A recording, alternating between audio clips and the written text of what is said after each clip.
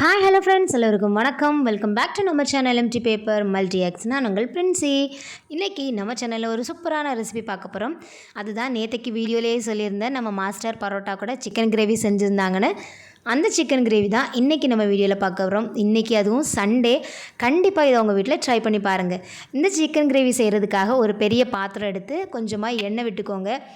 எண்ணெய் ஊற்றுறதுக்கு மாஸ்டர் அளவே சொல்லலை. ஏன்னா அவ்வளோ எண்ணெய் யூஸ் பண்ணிக்கிட்டாங்க. நமக்கு எவ்வளோ தேவையோ அந்த அளவுக்கு நம்ம எண்ணெய் யூஸ் பண்ணிக்கிட்டால் போதும்.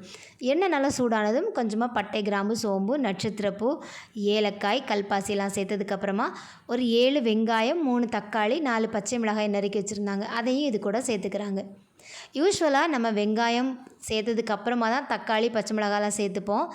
ஆனால் மாஸ்டரோட ஸ்டைலுன்னா எல்லாமே ஒன்றாவே சேர்த்துக்கிட்டாங்க. இப்போது எண்ணெய் பத்தலைன்னு எக்ஸ்ட்ரா கொஞ்சம் எண்ணெய் வேறு சேர்த்துக்கிறாங்க. இது எல்லாத்தையும் சேர்த்ததுக்கப்புறமா கொஞ்சமாக இதில் புதினா சேர்த்துக்கிறாங்க. புதினா சேர்த்து நல்லா வதக்கி விடுறாங்க.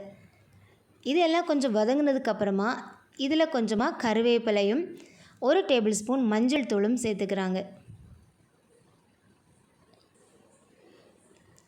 இதையும் நல்லா வதக்கி விட்டதுக்கப்புறமா இதில் தேவையான அளவுக்கு வெங்காயம் வதங்குற அளவுக்கு உப்பு சேர்த்துக்கிறாங்க. இது முதல்ல வெங்காயத்துக்குள்ளது மட்டும் உப்பு சேர்த்துக்கிறாங்க.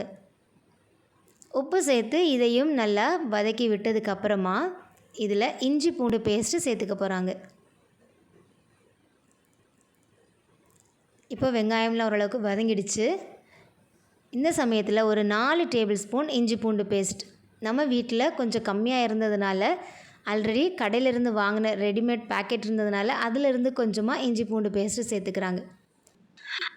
எப்போவுமே நம்ம வீட்டில் ஃப்ரெஷ்ஷாக அரைச்சி வைக்கிறது தான் தனி டேஸ்ட்டு. அதனால் கண்டிப்பாக இஞ்சி பூண்டு பேஸ்ட்லாம் ஃப்ரெஷ்ஷாகவே அரைச்சிடுங்க, கடையிலேருந்து வாங்க வேண்டாம். இதில் இப்போ மசாலா சேர்த்துக்க போகிறோம். இதில் என்ன மசாலா இருக்குது பார்த்திங்கன்னா, 3 டேபிள் ஸ்பூன் மிளகாய்த்தூள், 2 டேபிள் ஸ்பூன் தனியாத்தூள், 4 டேபிள் ஸ்பூன் சோம்புத்தூள், அதாவது பெருஞ்சீரகத்தூள், ஒரு 50 கிராம் பேக்கெட்டில் சிக்கன் மசாலா. இன்றைக்கி மாஸ்டர் சக்தி மசாலா தான் எடுத்துக்கிட்டாங்க. இதை எல்லாத்தையும் சேர்த்து மசாலா எல்லாத்தையும் ஒன்றா கிளறினதுக்கப்புறமா இதில் சிக்கன் சேர்த்துக்கிறோம். சிக்கனையும் இது கூட சேர்த்து நல்லா மிக்ஸ் பண்ணிக்கோங்க. இந்த மசாலா, சிக்கன் எல்லாமே நல்லா மிக்ஸ் ஆகட்டும். இப்போது இதில் இந்த கறிக்கு தேவையான அளவுக்கு உப்பு சேர்த்துக்கலாம். உப்பு சேர்த்துட்டு நல்லா மிக்ஸ் பண்ணதுக்கப்புறமா இதில் தண்ணி சேர்த்துக்க போகிறோம். இதில் தேங்காய் பால் இல்லை தேங்காய் அரைச்சோ எதுவுமே நம்ம சேர்த்துக்கல. அவ்வளோதான், மசாலாஸ் எல்லாமே சேர்த்தாச்சு. இப்போ தண்ணி விட்டு நம்ம நல்லா வேக வச்சு எடுத்துக்க போகிறோம். சிக்கன் கொஞ்சம் பெரிய பெரிய பீசஸாக இருந்ததுனால வேகிறதுக்கு கொஞ்சம் டைம் ஆச்சு. சின்ன சின்ன பீசஸாக இருந்துச்சுன்னா கொஞ்சம் நல்லாயிருக்கும், சீக்கிரமாக வெந்துடும், சாப்பிட்றதுக்கும் நல்லாயிருக்கும். இப்போது இந்த மசாலாஸ் எல்லாமே நல்லா மிக்ஸ் பண்ணி விட்டாச்சு. தண்ணி கொஞ்சமாக கூடுதலாக விடுறாங்க. இப்போ காரம் கொஞ்சம் பத்தாததுனால இன்னும் கொஞ்சமாக மிளகாய்த்தூள் சேர்த்துக்கிறாங்க. இது கடையிலேருந்து வாங்கின மிளகாய்த்தூள் தான். மிளகாய்த்தூளும் சேர்த்து இதை நல்லா மிக்ஸ் பண்ணி விடுறாங்க. மிக்ஸ் பண்ணி விட்டதுக்கப்புறமா மூடி போட்டு வேக வச்சு எடுத்துக்க வரும். அவ்வளோதான், சூப்பரான சிக்கன் கிரேவி ரெடி ஆகிடுச்சு. ரொம்ப ரொம்ப டேஸ்டியாக இருந்துச்சு. ஹோட்டல் ஸ்டைலில் இவ்வளோ சிம்பிளாக பண்ணி கொடுத்தாங்க. ஹோட்டல்ஸ்லாம் கண்டிப்பாக அஜினோமோட்டோ சேர்த்துப்பாங்க. ஆனால் இதில் எந்த அஜினோமோட்டோ இல்லை வேறு எதுவுமே சேர்த்துக்கல.